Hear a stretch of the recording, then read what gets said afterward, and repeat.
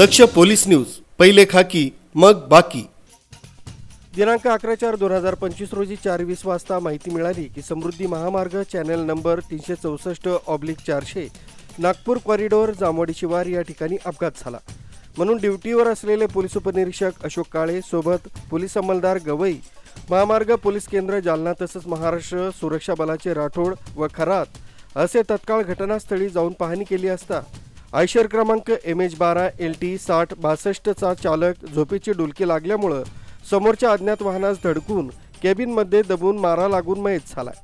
त्याचे नाव गुलाब काळू आडे, वय 50 वर्ष, राहणार हलविरा तांडा, तालुका जिंतूर, जिल्हा परभणी।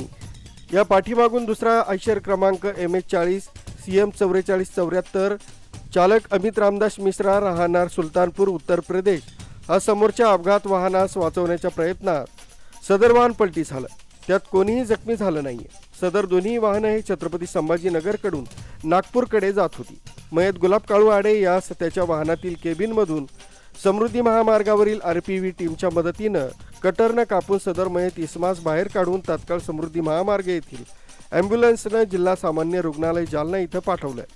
तसंच सदर अपघातग्रस्त वाहन हायड्राच्या साह्याने बाजूला घेऊन 2 लेन चालू केले। त्यानंतर प्रभारी अधिकारी रामदास निकम, पोलीस उपनिरीक्षक महामार्ग सुरक्षा पथक जालना यांनी घटनास्थळी भेट देऊन दुसऱ्या आयशर अंगूर घेऊन जाणाऱ्या वाहनांमधील अंगूरचे कॅरेट लोकांच्या मदतीने मधल्या साईडला घेऊन सदर वाहन हे हायड्राच्या साह्याने बाजूला करून गुंडेवाडी पेट्रोल पंप इथे लावण्यात आले। तसंच वाहतूक सुरळीत करण्यात आली।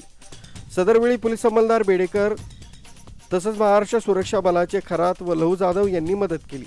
पोलीस निरीक्षक किशोर चौधरी, महामार्ग सुरक्षा पथक परिक्षेत्र छत्रपती संभाजीनगर यांनी सदर अपघातास भेट दिली। विलास हिवाळे, दक्ष पोलीस न्यूज, जालना।